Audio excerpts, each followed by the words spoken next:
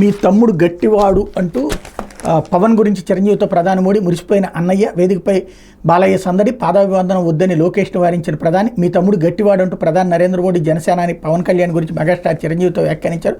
పవన్ కళ్యాణ్ ప్రమాణ స్వీకార కార్యక్రమం అనంతరం చంద్రబాబు పవన్ కళ్యాణ్ కలిసి ప్రధాని మోడీ జ్ఞాపికను అందజేశారు. ఆ వెంటనే మోడీ ఇద్దరిని అభినందించారు. ఇదే సమయంలో పవన్ కళ్యాణ్ ప్రధాని మోడీని తన అన్నయ్య చిరంజీవి వద్దకు తీసుకెళ్లారు. చిరంజీవిని చూడగానే మోడీ ఆప్యాయంగా పలకరించారు. ఇద్దరిని వేదిక ముందుకు తీసుకొచ్చి ఇద్దరు చేతులు పైకెత్తి అందరికీ అభివాదం చేశారు. పవన్ కళ్యాణ్ గురించి చిరంజీవికి వివరిస్తూ మీ తమ్ముడు గట్టివాడని మోడీ వ్యాఖ్యానించారు. ఇది విన్న చిరంజీవి వెంటనే తన తమ్ముడు గడ్డాన్ని ఆప్యాయంగా నిమిరి మురిసిపోయారు. ఈ సంఘటన చూసిన మెగా కుటుంబ సభ్యులు అభిమానుల ఆనందానికి అవధులు లేకుండా పోయాయి.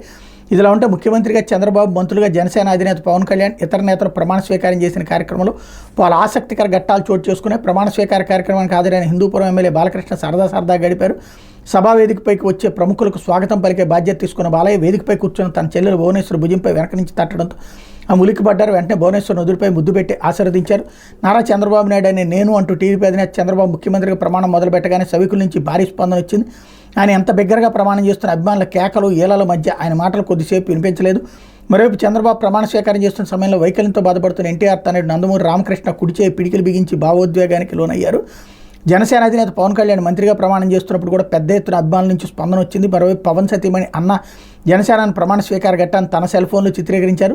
టీడీపీ యువ నాయకుడు నారా లోకేష్ ప్రమాణం చేస్తున్నప్పుడు భార్య బ్రాహ్మణి సంతోషం వ్యక్తం చేస్తూ నాన్నం చూడు అంటూ కుమారుడు దేవాంశుని ప్రోత్సహించారు. ప్రమాణ స్వీకారం అనంతరం నారా లోకేష్ తన తండ్రి చంద్రబాబు పాదాలకు నమస్కరించారు. ఆ వెంటనే వేదికపై ఉన్న ప్రధాని నరేంద్ర మోడీ పాదాలకు నమస్కారం చేసేందుకు ప్రయత్నించగా ఆయన వద్దంటూ లోకేష్ చేతులు పట్టుకుని వారించారు. మంత్రిగా ప్రమాణం చేసే ముందు టీడీపీ నేత కొల్లు రవీంద్ర తొందరపడ్డారు.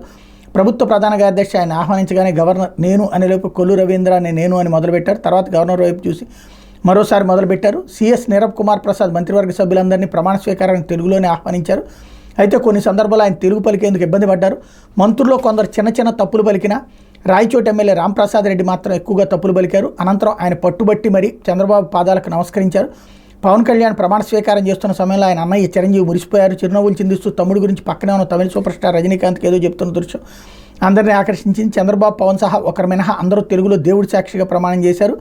కర్నూలు ఎమ్మెల్యే టీజీ భరత్ మాత్రం ఆంగ్లంలో ప్రమాణం చేశారు. నంద్యాల ఎమ్మెల్యే ఎన్ఎండి ఫరూక్ అల్లా సాక్షిగా ప్రమాణం చేశారు. నలుగురు టీడీపీ సభ్యులు పసుపు రంగు దుస్తుల్లోనే వచ్చి ప్రమాణ స్వీకారం చేశారు. కొల్లు రవీంద్ర, నిమ్మల రామానాయుడు పసుపు చొక్కాలు ధరించి ప్రమాణ స్వీకారం చేశారు. వంగలపూడి అనిత పసుపు రంగు చీర ధరించి ప్రమాణ స్వీకారం చేశారు. చిరంజీవి, రజనీకాంత్, బాలయ్య వేదిక కుడివైపు ముందు వరుసలో కూర్చుని ముచ్చరించుకున్నారు.